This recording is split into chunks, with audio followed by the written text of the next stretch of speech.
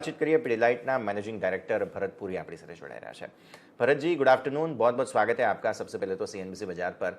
और जैसे हमने देखा नंबर्स, ग्लोबल जो भी सिचुएशन है, रॉ मटेरियल के प्राइसेस वगैरह का एक असर हमारे नंबर्स पर क्लियरली आता हुआ दिख रहा है। आपने कैसे नंबर्स देखे, यहाँ से चर्चा की शुरुआत करते हैं। देखिए, जैसे हमने क्वार्टर वन की इंटरेक्शन में कहा था कि हमारे हिसाब से क्वार्टर टू मार्जिन के हिसाब से सबसे चैलेंजिंग क्वार्टर होगा, क्योंकि हाईएस्ट प्राइस्ड इन्वेंट्री इस क्वार्टर में कंज्यूम की जाएगी।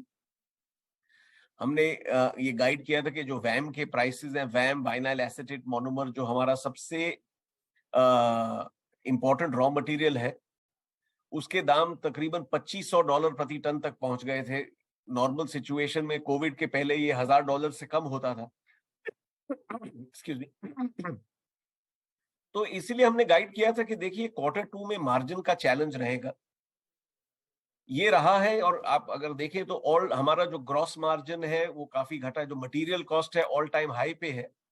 पर देखिए, ये अच्छा है कि आगे जाके थोड़ी रोशनी दिख रही है। वैम के प्राइसेस सॉफ्टन गिरने शुरू हो गए हैं।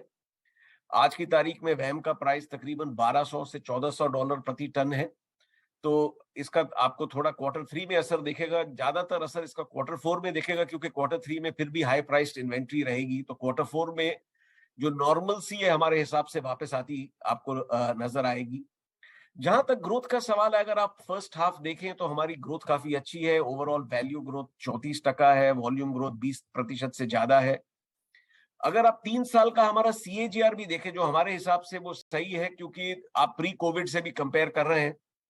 हमारी दोनों वॉल्यूम और value growth mid high teens में है। तो एज एन ऑर्गेनाइजेशन हम आगे बढ़ रहे हैं, स्टेडीली आगे चल रहे हैं। और ये लग रहा है कि जो अनप्रेसिडेंटेड इन्फ्लेशन हमने देखा था, जिसकी वजह से हमारे मार्जिन्स पे काफी तकड़ा असर आया था, उसमें हम अब सॉफ्टनिंग थोड़ी उसको एक कमी देख रहे हैं। और लग रहा है कि क्वार्टर फोर तक आपको तो आहिस्ता आहिस्ता नॉर्मल सी आती लगेगी। अब सर, जो डिमांड का सिचुएशन है वो मैं थोड़ा सा समझना चाह रहा था। आपने अपनी जो कमेंट्री है उसमें कहा है कि अर्बन डिमांड जो है वो काफ़ी अच्छे से पेस पकड़ रहा है, पिकअप पकड़ रहा है, लेकिन रूरल डिमांड में उतना असर नहीं है। जो एफएमसीजी कंपनियां थी उन्होंने रूरल डिमांड में एक रिवाइवल आ चुका है ऐसी कमेंट्री दी है। आपके वहाँ पर क्या सिचुएशन है? आपने जैसे बताया रूरल में अभी भी तकलीफें हैं, तो ये थोड़ा सा समझाइए सर। देखिए, हम जब रूरल को कंपेयर कर रहे हैं तो अर्बन से कंपेयर कर रहे हैं। ट्रेडिशनली हमारी रूरल ग्रोथ अर्बन से 1.5 गुना होती थी। आहिस्ता आहिस्ता ये अब अर्बन की ग्रोथ पे आ गई है और कई जगह अर्बन से कम हो रही है।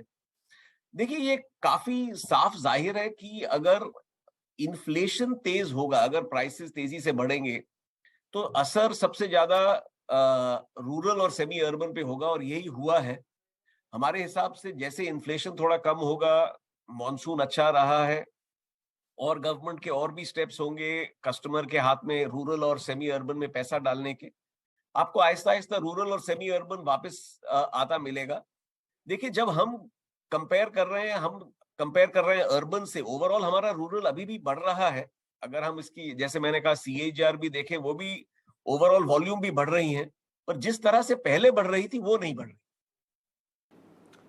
सर, दूसरा कि जो हमारे बी टू बी कंज्यूमर्स हैं पर्टिकुलरली, वो सेगमेंट और बी टू बी और कंज्यूमर, ये दोनों ही सेगमेंट की अगर हम बात करें, इन दोनों में ही परफॉर्मेंस डेफिनेटली एक अच्छा देखने मिल रहा है वॉल्यूम के हिसाब से, जैसे आपने भी अभी शुरुआत में बताया।